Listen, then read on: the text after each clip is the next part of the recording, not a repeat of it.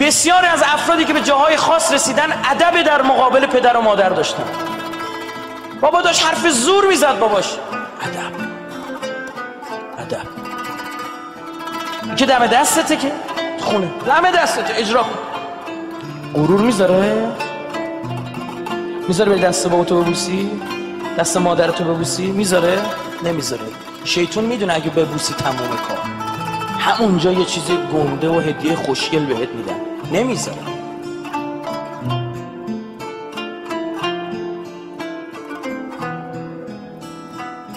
شنیدم کسی از آیت الله نجفی سوال کرده و توفیقات شما مثلا قریب این مضامین از کجا پیدا شده؟ فرمودن یه وقتی مادرم پیغام داد که برو پدرتو بگو بیاد مثلا نهار بخوره یا بیاد صبحونه بخوره.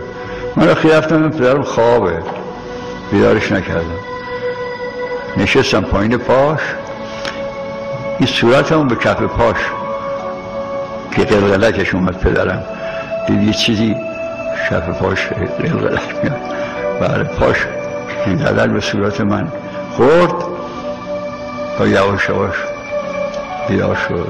کسی که به پدر مادرش بی احترامی کنه خیر از دنیا آخرت نمیبینه، تجربه عمرمونه. یه وقتی کسی پیرمردید 90 سالم عمر کرد، این نه بچه داشت نه خونه نه زندگی، خیلی به فلاکت. من شنیدم این پدرش نفرینش کرده بوده در جوانی، گفته امیدوارم صاحب زن بچه و خونه زندگی نشه.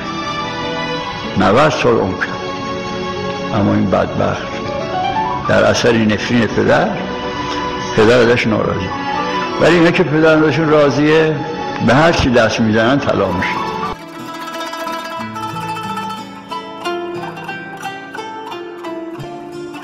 بخواید با گریه بخواید اگه ندارید. من میتونم آقا مثلا ترسوام، مثلا میدونم آقا مثلا چه میدونم سخی نیستم، میدونم گریه کنم بخوام، بعد با آدمای از اون دست بچرخم که چی؟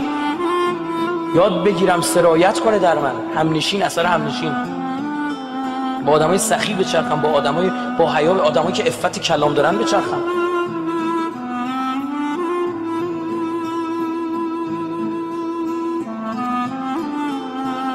مورد بعدی، حس ایجاد نفرت نسبت به گناه. اینا اصل نیستن، اینا روشن. اونا اصول بودن، اینا روشن. نسبت به گناه فکر کنید که چی کار داری میکنید، چقدر کثیفه، چقدر وقتی شهوت بر آدم غالب میشه اصلا عقل و هوشش میپره، وقتی که ارضا میشه یه لحظه به خودش میگه چی بود اصلا این. اون حس رو فراموش نکنید هیچ وقت. حس نفرت به گناه داشته باش، توجه داشته باش به این که بابا این لذت زود گذره و اون لذت دائمی فکر کنین عقله. کنترل چشم و گوش خیلی مهمه. چشتون رو یاد بدید نبینید، چشتون رو یاد بدید نبینید، گوشتون رو یاد بدید اسماع کنه، استماع نه. اسماع شنیدنه، استماع فضولی است، حرام. به من یک این خیلی مهمه، ترک فکر گناه. میدونید دیگه فکر گناه خودش چی میاره؟ گناه میاره. خدا انقدر مهربونه فکر گناه و گناه در نظر برامون نگرفت، اما فکر ثواب و ثواب داره. او دنیا پرونده‌تو میدن دستت، نگاه میکنی میگی حج. این خدا من نمیخوام مفتی الکی برم بهش، قاطی شده این فرشته ها قاطی کردن، اینا حج من نرفته بودم، مال کی هست بیاین نگوش. بعد میگن نه یادته یه بابایی از حج اومد رفتی تو فکر گفتی آخیش باش ما میداشتیم میرفتیم، نوشتیم اما خدا لطف کرد فکر گناهه. بسیاری از گناه‌ها میگن وصف العشق نیست. بسیاری از گناهان که راحت انجام میشن چون شرایطش قبلا تو فکر بگید انجام شده. 1000 بار خدای نکرده تو فکرش طرف زنا کرده، 1000 بار تو ذهنش دزدی کرده. این شرایط فرم تا فکر گناه سراغت اومد بگو گرگم شد استغفر الله ربی و اتوب لا حول ولا قوة الا بالله العظیم. سریع یه دونه چی؟ یه صلواتم بعدش میفرستی و بعد دیدی نفع ولد نمیکنه، گفتم چی؟ یه وضو سریع 2 رکعت نماز مستحبی تقدیم میکنید به روح مطهر سنت. گفت بزرگان و علما و صلحا و صدیقین و شاهدین و ائمه و اهل بیت تقدیم میکنه. اصلا اسمش رو چنان این ورتیکر شیطان پرتش اون طرف کسم راهش اینه فکر گناه. و اینم بهتون بگم یه خبر خوب بهتون بدم، هر بار که گناه ترک میکنید یه هدیه میگیرید. هر بار هدیه داری میگیری. خدا شاهد. یعنی یه حس خوبی در وجودت میاد، دیدی تونستم جلو خودم بگیرم. هدیه نابیه. بعضی موقع یه مدت میگذره میگه عجب هدیه داشتم میبرسم. طرف مثلا میدی یه سفری شروع میکنه براش یه کوله‌ای بستن، میرسه میبینه هیچ کی جا گیر کن چاقو لازم هیچ کی نداره، باز میکنه مامانش فرستادش اردو. خب میگه عجب مادر من چقدر به فکرم بوده چاقو برام گذاشته، لازمه بگیر. قرآن میگه پرهیزگاران چون دچار وسوسه شیطان شوند همان دم متذکر شده و بصیرت.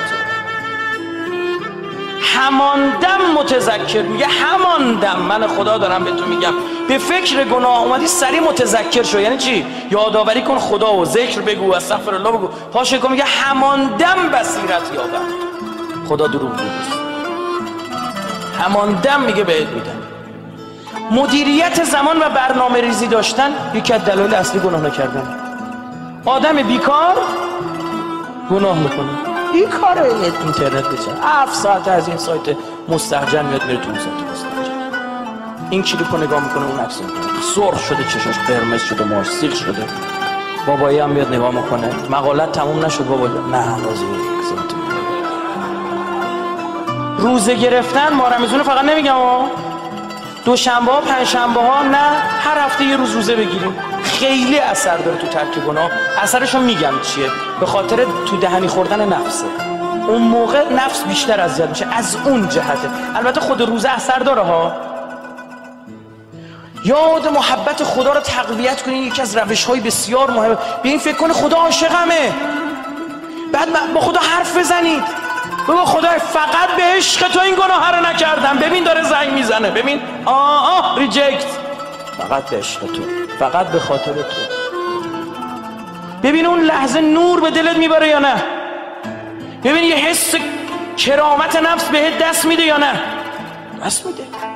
امتحان کنید. گفت فقط به خاطر تو. حرف بزنید با خدا بابا، حرف بزنید باش. دیگه او به حرفت گوش میده. بعد جالبه نفس تو تربیت میکنی چی میخواد؟ گناه نمیخواد، ثواب میخواد. آقای نفس هم چه چیز میخواد؟ بله نفس مثبت.